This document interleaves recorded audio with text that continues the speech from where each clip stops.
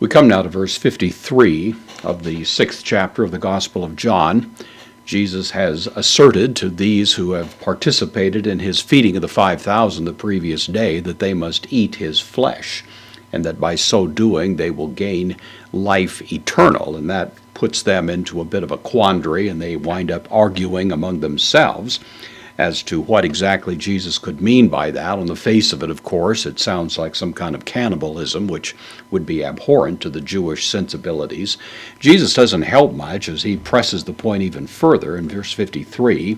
Epen, from lego, I say, second aorist, third person singular, aorist active indicative, un, the postpositive conjunction, therefore, un, he said, therefore, autois, the third person dative, plural, masculine pronoun. He said, therefore, ho Jesus, the subject of the verb. So Jesus, therefore, said to them, Amen, Amen, the formula that adds extra weight, ballast, as it were, to the words that he's about to say, prefacing his remarks with this formula.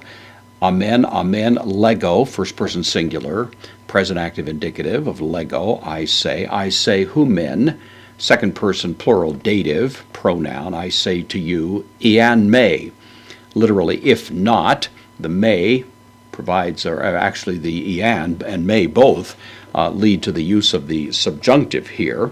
Idiomatically comes over into English as unless. Phageta, unless, this is the second person plural, aorist active subjunctive, unless you eat. Tain sarka, the flesh.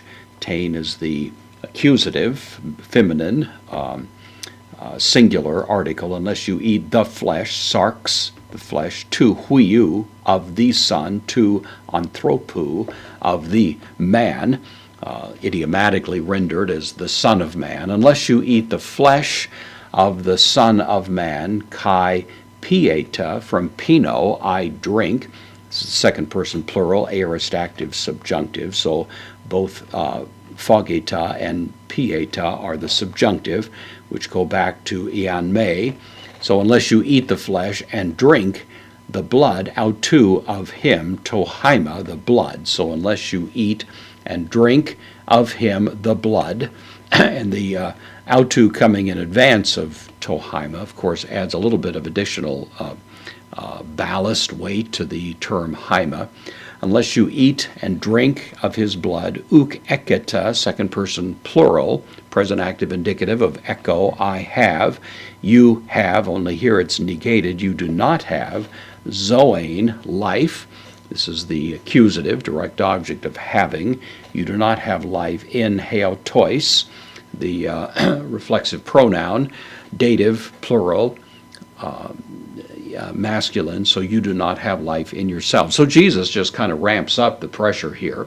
He not only now says you must eat the flesh of the Son of Man, but drink his blood in order to have life within you.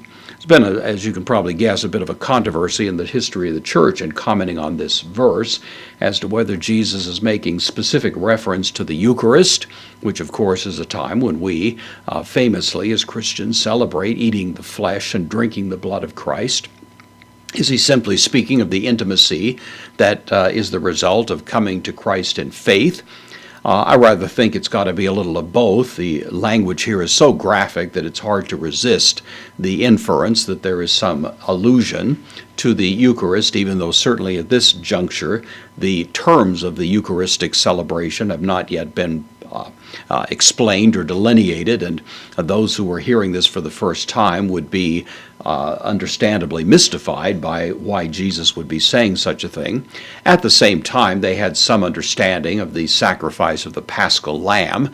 They knew that in the Passover the lamb was sacrificed and then eaten. And there might be some sense in which they could at least distantly and maybe in a rather obscure way triangulate some sense as to what's going on here. But certainly the passage itself is pointing to some greater reality that has not yet been made known.